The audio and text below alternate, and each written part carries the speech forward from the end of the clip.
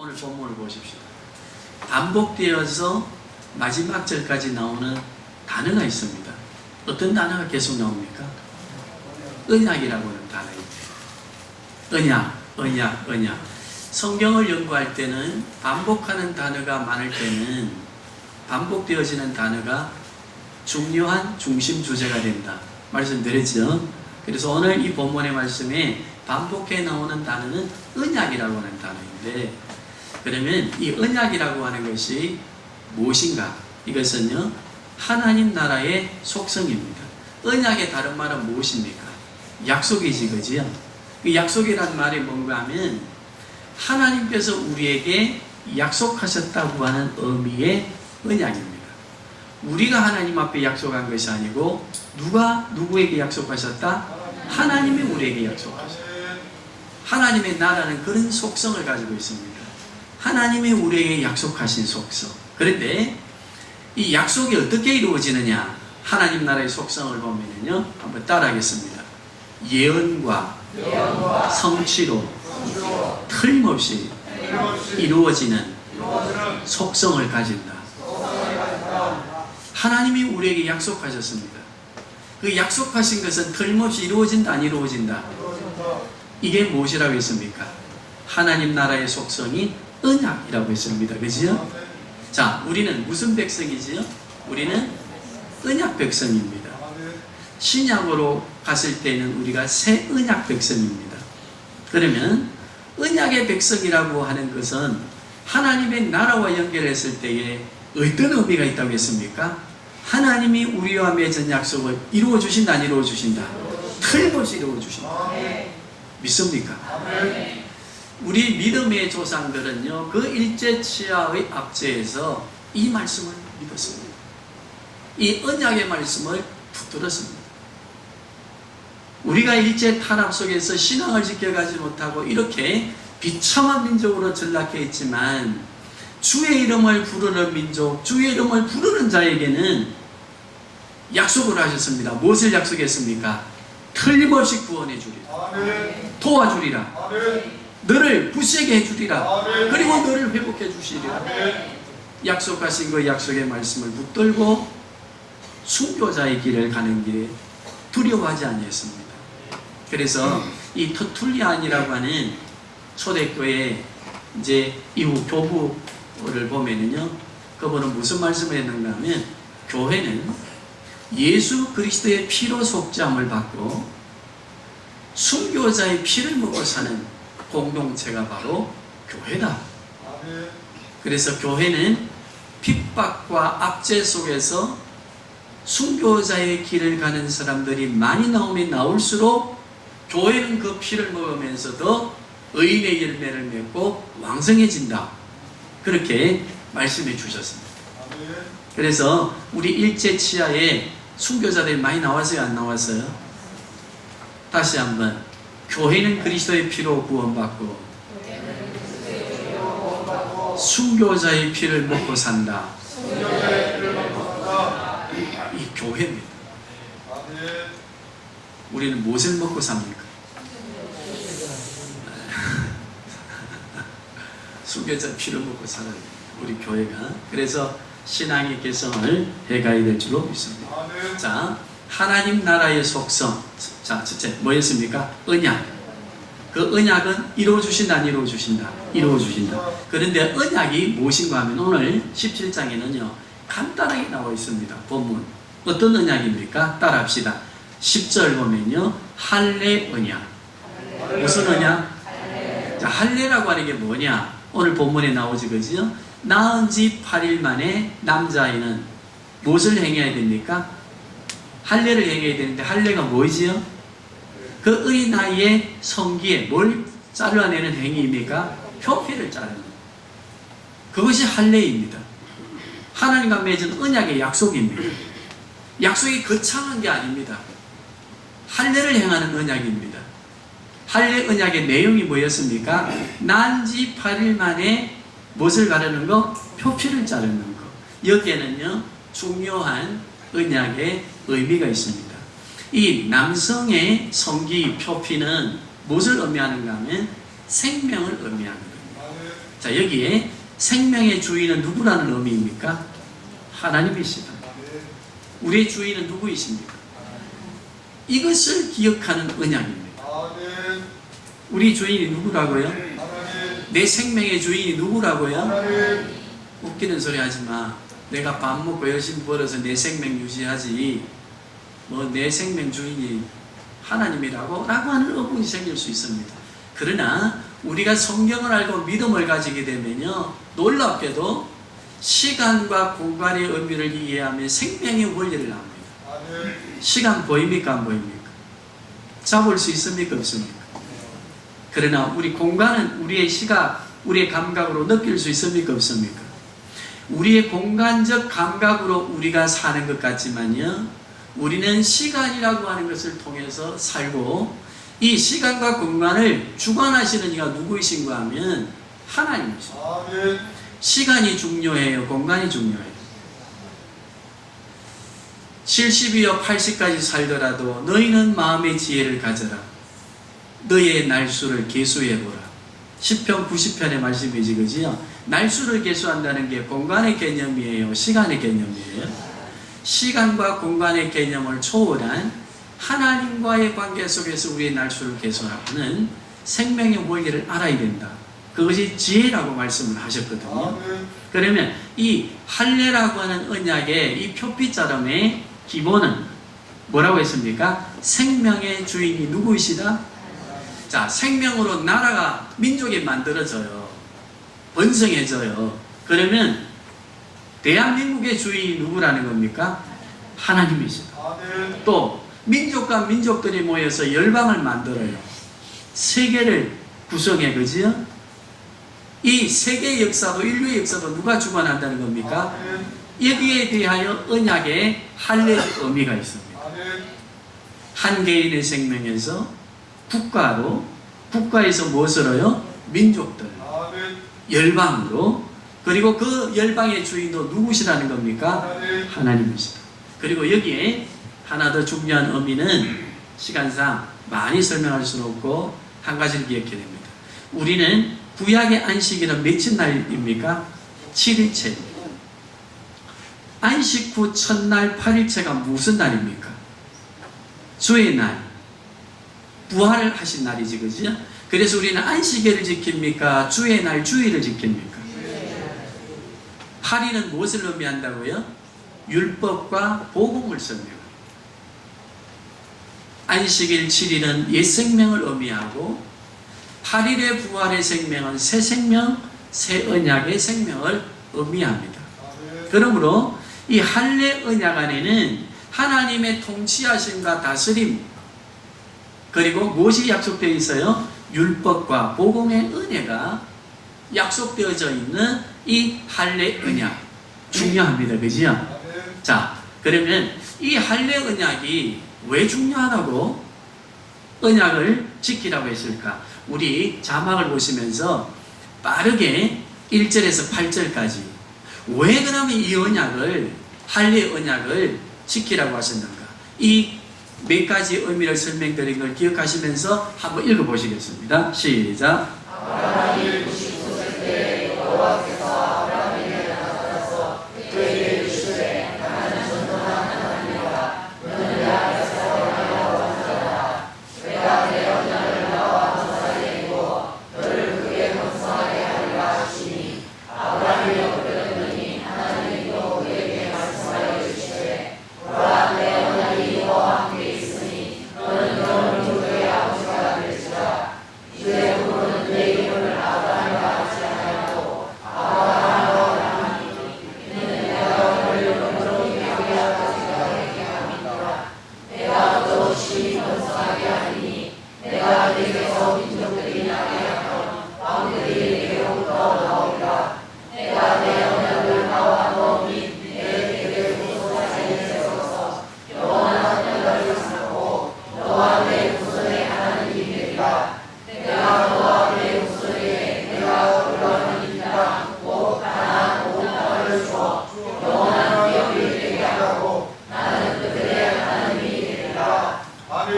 왜 언약을 지키라 했습니까? 읽으셨으니까 자 답해 보십시다. 왜 조용합니까? 틀려도 좋습니다. 왜 언약을 지키라 했습니까? 왜 하나님의 말씀을 지키라 했습니까? 따라합시다. 복을 주시기 위해서. 다른 게 아닙니다. 영원토록 이어지는 복을 주시기 위해서. 그러면 언약을 지키지 않으면 어떻게 될까요? 오늘 본문의 말씀 마지막 절 한번 보시길 바랍니다. 마지막 절이 몇 절입니까? 네, 한번 읽어봅니다. 시작.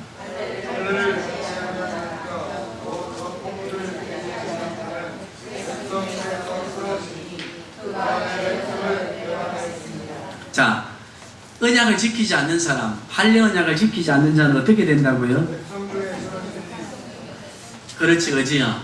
이 끊어진다고 하는 말은 오늘 신약에서는요, 예수를 믿는 사람과 믿지 않는 사람, 믿는 사람은 무엇을 지키는 사람입니까? 새 언약의 백성이 되었으므로 할례 언약을 지킨 사람들이 되고요, 예수를 믿지 않는 사람은 새 언약으로 오신 예수님을 믿지 않는 것이기 때문에 오늘 본문의 말씀에 할례를 행하지 아니한, 할례 언약을 지키지 않는 자들이 되어서 하나님의 나라에 들어가지 못하고 구원의 반열에서 끊어진다는 말이거든요. 자, 그러면 우리는 이 언약의 중요한 내용과 우리가 가지고 있는 본체를 알았다고 한다면 우리는 어떻게 살아야 될까요? 74년 전 우리 민족이 광복할 수 있도록 우리 믿음의 조상들은 이 언약의 말씀을 붙들고 언약을 지켜가면서 확신한 믿음이 있었어요. 어떤 믿음이었어요? 하나님의 말씀의 언약을 지키는 한 우리 민족을 지켜주신다, 안 지켜주신다? 해방시켜주신다, 안 시켜주신다? 해방시키시고 독립국가, 주권국가가 되도록 하시고 우리 조상들의 자녀된 우리들을 번성케 하실 것을 믿었어요, 안 믿었어요? 믿었습니다. 왜? 이게 하나님 나라의 언약의 속성이기 때문에. 그러면 우리 믿음의 조상들이 그 일제 압제하에서 고문과 고통 죽어가면서 이 언약의 말씀을 붙들고 무엇을 했느냐? 두 가지를 했습니다. 따라하겠습니다. 믿음과 기도입니다. 무엇과 무엇이요? 믿음과 기도. 우리 자막을 보시면서요, 믿음에 관하여는 우리 마태복음 17장 한번 보시겠습니다. 19절에서 20절 시작.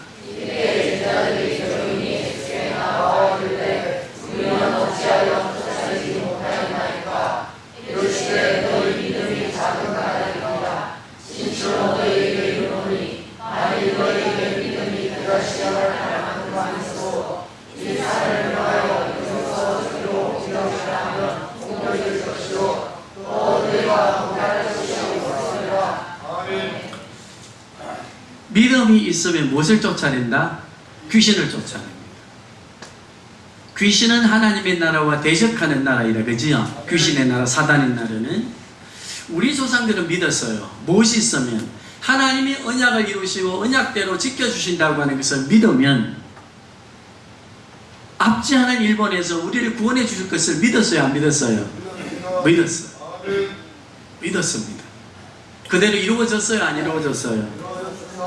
자, 그 다음에 언약의 백성에게 주어진 상황 속에서 주어지는 권세가 있는데 두 번째 권세가 뭔가 하면 기도입니다. 자, 우리 기도 자막을 한번 보시면서 마가복음입니다. 9장 28절에서 29절을 한번 보시겠습니다. 시작.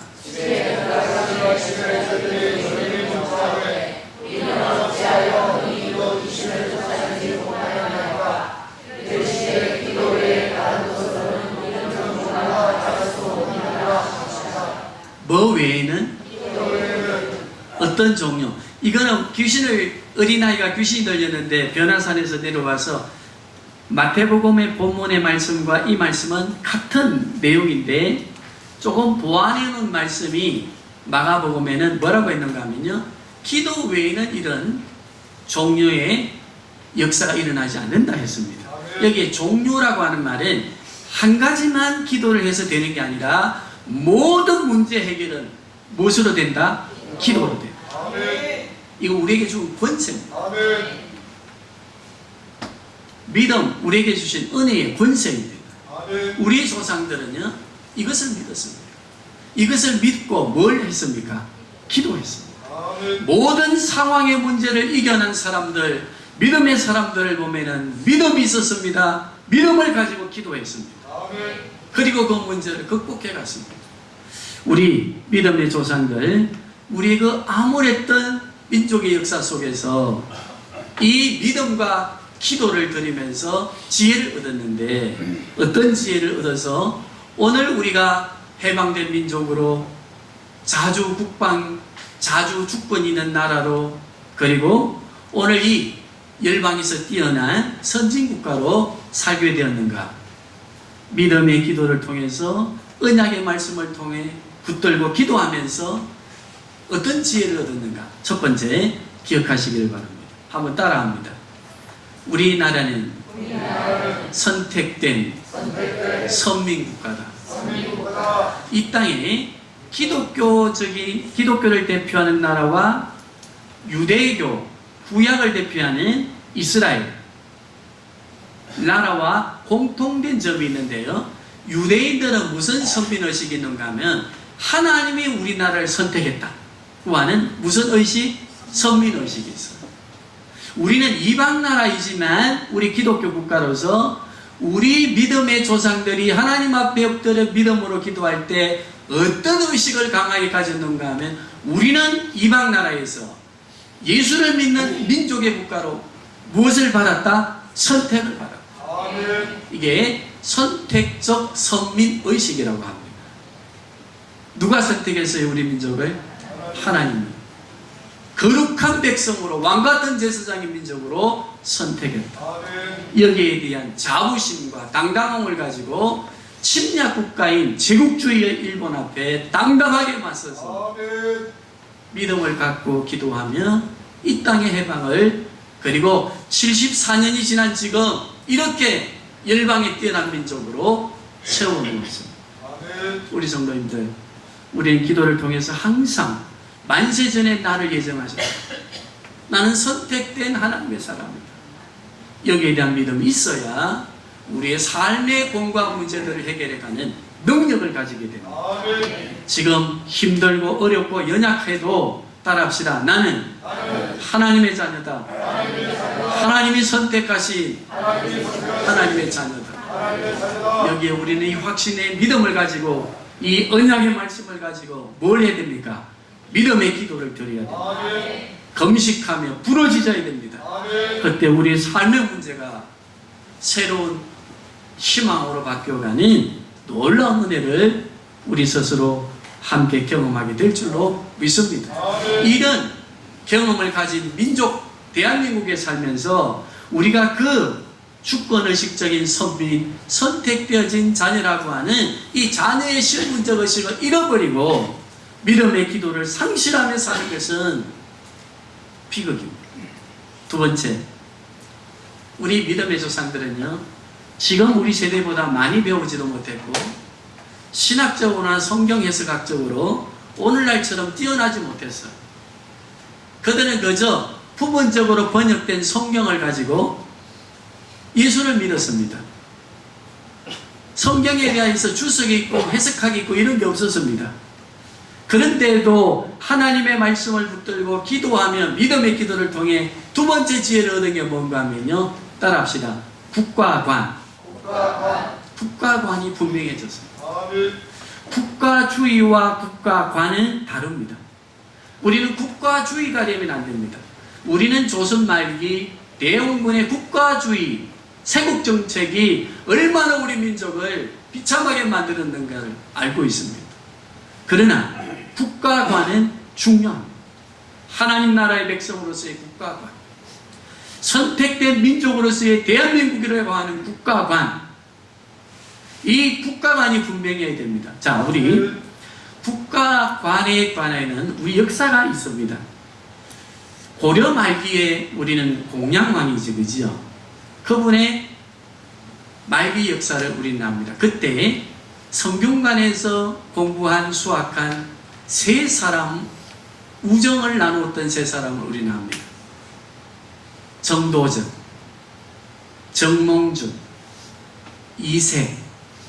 이 세 사람은요, 나라를 향한 국가관을 가지고 있었는데 시간이 지나면서 국가주의로 변합니다. 다른 말로 하면 사상과 신념, 이데올로기화 되어진 국가주의로 바뀌게 되면서 세 사람의 통일된 국가관이 깨어지니까 국가주의라고 하는 사상과 신념과 어떤 정치적 이데올로기가 자리를 잡으니까 정도전은 정몽준을 죽이려 합니다. 정몽준은 정도전이를 죽이려 합니다. 정도전은 자기의 서성격인 나이는 했지만 이색을 어찌합니까? 죽이려고 합니다. 참아 죽이지는 못하고 귀양 보냅니다. 그렇게 세워진 조선 500년의 말기를 한번 보십시오. 호종 황제, 그때 우리 민족의 그 이데올로기화 되어진 문제들 때문에 양대 그 강국 사이에서 우리 민족이 혼란스러워하는 그 모습들 우리가 보시면서 우리 믿음의 조상들은 충분한 지식은 없었지만 성경을 믿고 기도하며 믿음의 기도를 드리고 지혜를 얻어서 역사를 이해하고 무엇을 가졌다고요? 국가주의가 아닌 무엇을 가졌습니까? 국가관을 가졌습니다. 어떠한 사상이나 어떠한 정치적 이데올로기를 가지고는 우리가 행복할 수 없고 우리가 독립될 수가 없구나. 오직 누구만 하실 수 있구나. 하나님만 하실 수 있고. 그러면서 구약의 말씀, 신약의 말씀을 가슴에 품고 언약의 말씀을 붙들고 기도했습니다. 네, 우리 19장 11절 잠언 19장 11절 시작. 노하기를 더디하는 것이 사람의 슬비요 허물을 용서하는 것이 자기의 영광이니라. 로마서로 가보면은요, 사랑은 무엇을 덮어준다? 그렇지, 그지요? 자, 그러면 이것을 11절을 우리 다시 한번 읽어봅시다. 시작. 노하기를 더디하는 것이 사람의 허물을 용서하는 것이, 여기 자기를요 좀 범위를 넓혀서 국가, 민족을 한번 넣어보세요. 시작. 용서하는 것이 민족, 국가의 무엇이 된다? 오늘 우리는 왜 기도해야 됩니까? 나라와 민족을 위해서. 우리는 많이 배운 지식의 사회 속에서 이렇게 잘 사는 민족이 되어진 행복감을 가지고 살고 있는데 지금 우리 민족이 처한 위기의식을, 위기 상황을 분별해 볼 수 있기를 바랍니다. 지금 어떻습니까? 혼란기입니다. 우린 다시 반일 감정을 가지고 적대하면서 그리고 국민의 여론을 몰아가는 것이 새로운 개혁 같고 어떤 새로운 지혜를 갖는 것 같지만 우리 74년 전 일제압제에서 해방을 맞이했던 우리 민족들, 우리 조상들의 기도는 어떤 기도였을까요? 목숨을 빼앗갑니다. 고문을 했습니다. 고통을 주었습니다. 그러한 일제의 현실적인 고통 앞에서 이 말씀을 붙들었습니다. 어떻게 붙들었습니까? 용서하는 것이 우리 민족의 무엇이 된다? 영광이 된다. 우리는 이데올로기로 안 됩니다. 신념과 사상으로 안 됩니다. 어떤 제도주의를 가지고 되는 게 아닙니다. 우리 조상들은 믿었습니다. 하나님의 말씀으로 되는 걸 믿었습니다. 우리가 믿고 기도해야 될 줄로 믿습니다. 용서하는 겁니다. 용서하는 것은 모든 허물을 덮습니다. 오늘 본문의 말씀을 보니까 또 오늘 잠언서의 말씀을 보니까 용서하는 것은 무엇이라고 했습니까? 민족의 영광이 된다. 우리 국가를 위해서 기도합시다. 해방의 즐거움을 주신 하나님께 그리고 민족의 이 우수한 선진국이 되게 하신 그 은혜 앞에 우리는 다시 한번 우리를 고통스럽게 하는 민족들을 향해서 우리는 어떤 기도를 드려야 되고 어떤 국가관을 가져야 되는지를 기도해야 될 줄로 믿습니다. 아멘. 세 번째, 우리 조상들은 지혜를 가졌습니다. 그러면 그 압제 속에서 국가를 해방시키고 독립하려고 하면 어떻게 해야 되는가? 우리는 그리스도인의 국가 간에 네 가지 과제가 있습니다. 따라합시다. 첫째는 중생, 갱신, 개혁, 혁명. 그리스도인의 국가의 관계 개념에 있어서의 몇 가지 원리가 있다고요? 자, 첫 번째는 뭐였습니까? 참 이상하지, 그죠? 첫 번째는 거듭나야 됩니다. 진정한 그리스도인 되어야 됩니다. 그래야 민족 앞에 빛이 되고 소금이 될 수 있습니다. 일제시대를 보십시오.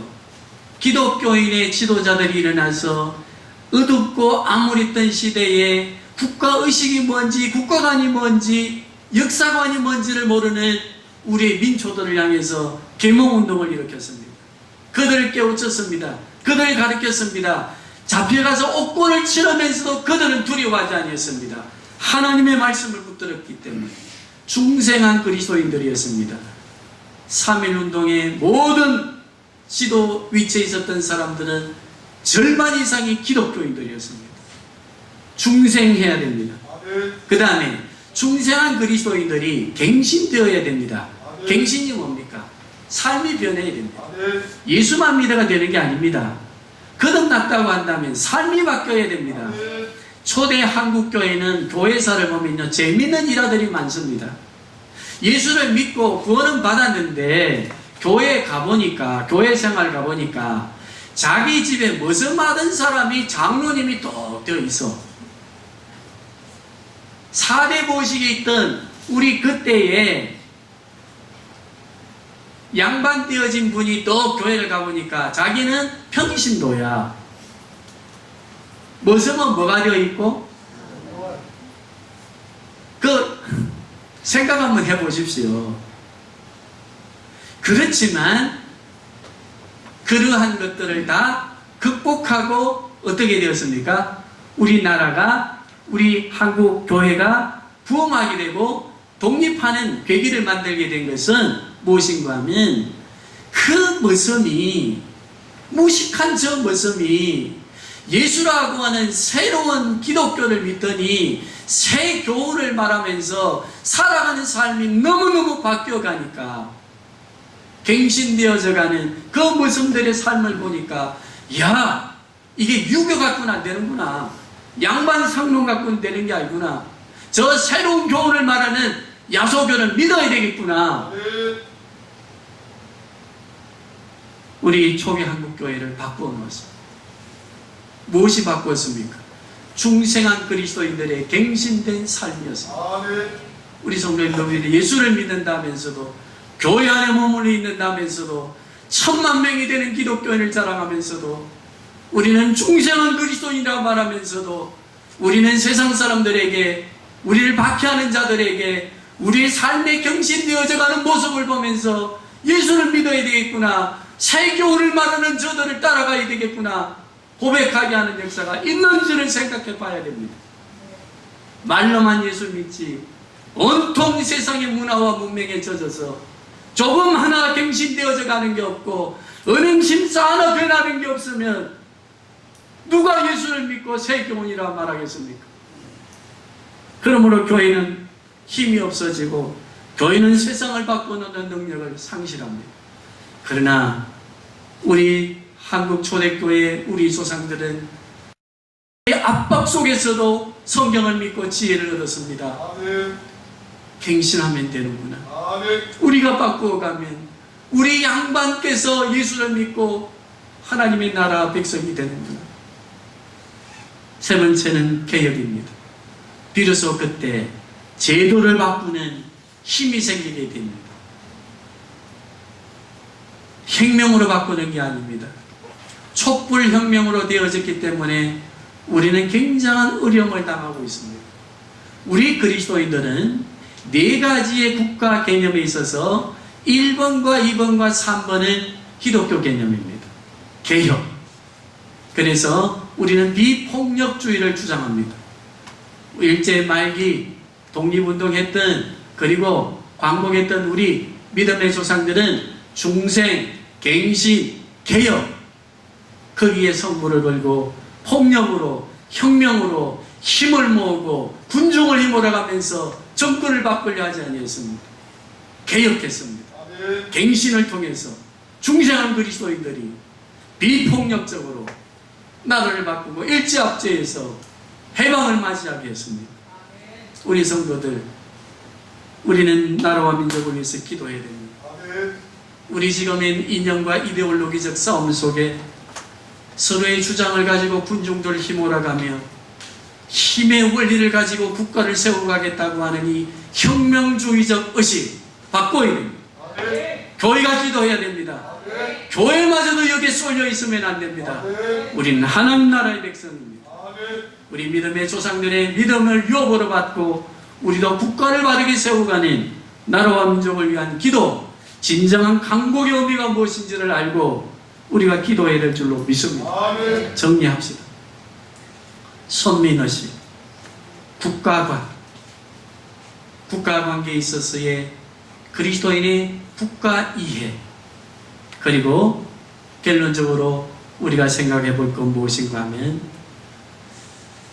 생각하는 것과 생각할 때와 기도할 때의 차이를 알아야 됩니다. 무엇과 무엇을 알아야 된다고요? 생각할 때와 기도할 때. 우리 지금 교회가 위험한 게요, 자꾸 왜 기도가 안 하는 거 하면 생각이 기도인 줄 알아요. 나 뭐 하나님 앞에 뭐 나라 위해 도와달라고 기도하는데 뭐. 생각주의에 빠지면 우린 기도할 수 없습니다. 그러면 생각할 때와 기도할 때는 같습니까? 다릅니까? 다릅니다. 그죠? 그러나 기도하면서 우리는 나라와 민족을 위해서 우리의 삶에 대한 무엇이 있어야 됩니까? 생각이 있어야 됩니다. 질문이 있어야 됩니다. 우리 창원성김의 기도합니다. 기도하면서 생각하십시오. 생각으로 끝나는 기도주의가 되어서는 안 됩니다. 기도하면서 생각하고 생각하면서 기도하고 그리고 나라를 위해서 우리 자녀를 위해서 기도해야 될 줄로 믿습니다. 한 가지 중요한 거, 우리가 성경을 보면은요, 성경은 구약 히브리어로 되어 있고 신약은 헬라어로 되어 있습니다. 그런데 신약 헬라어는요, 구약 성경에 뿌리를 두고 있다 했죠, 그죠? 그러면 구약 성경은 히브리어로 되어 있는데 이스라엘 말로 되어 있는데 이스라엘 말로 되어 있는 이 문체는 어떤 건가 하면 한번 따라하겠습니다. 명령어가 나올 때, 다른 말로 하면 하라 하지 말라고 하는 명령어가 나올 때는 틀림없이 앞장서서 나오는 단어 하나가 뭔가 하면요, 동사 단어입니다. 이것을 우리가 뭐라고 하는가 하면 주어 동사라고 합니다.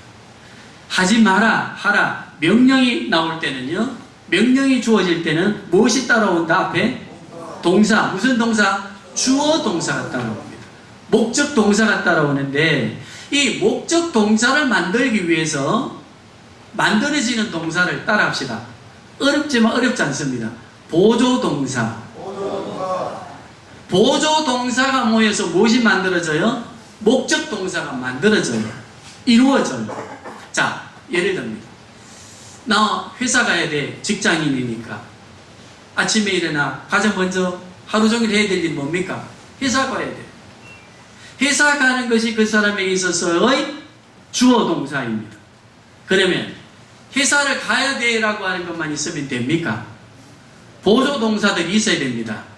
회사를 가기 위해서는 일찍 일어나야 됩니다. 세수해야 됩니다. 샤워해야 됩니다. 밥 먹어야 됩니다. 옷 갈아입어야 됩니다. 차를 타야 됩니다. 자가운전을 해야 됩니다. 회사 출근을 해야 됩니다. 도장을 찍어야 됩니다. 그래야 주어 동사인 회사 출근이 되지, 그지요? 회사 출근을 해야 돼. 주어 동사는 있어. 생각해. 무엇이 없어? 보조 동사가 이루어지지 않을 때 그걸 게으르다 하거든요. 그 사람은 앞장서서 리더자의 삶을 살 수가 없습니다. 우리 성도님들, 우리는 기도해야 됩니다. 그게 무슨 동사입니까? 그러면 기도하려면 뭐 해야 됩니까? 보조동사가 있어야 됩니다. 주어 동사만 만들고 생각하고 보조동사를 만들지 아니하는 어리석음을 범해서는 안 됩니다. 우리 민족의 조상들은 다른 건 몰랐습니다. 기도해야 된다, 나라를 위해서. 그러므로 그들은 보조동사적인 삶을 살았습니다. 나이 드신 분들은 교회로 몰려와 기도했습니다. 제 청년 때만 해도 마사 문창교회 가면 나이 많으신 권사님, 나이 많으신 집사님들이 금요철야에 새벽을 깨우고 올밤을 새우면서 기도했고, 기도하는 사람들이 끊이지 아니했습니다. 저 무학산 기도원, 십자바이 기도 소리가 끊이지 아니했습니다. 그 기도를 하기 위해서 그들은 어떤 보조적인 삶을 살았습니까? 때에 따라서는 직장을, 때에 따라서는 조퇴를, 때에 따라서는 헌신을, 때에 따라서는 온갖 것을 희생해가면서 기도의 자리에 우리 민족을 세워놓지 아니했습니까? 광복절 기념 예배를 드리면서 우리가 잃어버린 게 뭡니까? 우리는 무엇을 다시 회복해야 됩니까? 오늘 내 인생의 새로운 계기가 될 수 있는 게 무엇입니까? 내 인생의 새로운 계획을 어떻게 할 것입니까? 어떻게 갱신하실 것입니까? 중생하셨다고 한다면 우리 다시 한번 국가관을 새롭게 하고 내 인생의 삶을 새롭게 점검하시고, 내가 하나님의 나라를 위해서 사는 하나님의 백성이다, 나는 하나님의 나라와 의를 위해 살아야 된다, 주어 동사적인 신앙의 고백을 가지고 있다면 우리 성도님들 힘들더라도 보조동사에 희생해야 됩니다. 헌신해야 됩니다. 만들어가야 됩니다. 꿈을 꾸는, 꿈을 이루어가는 교회 되시기를 주님의 이름으로 축복합니다.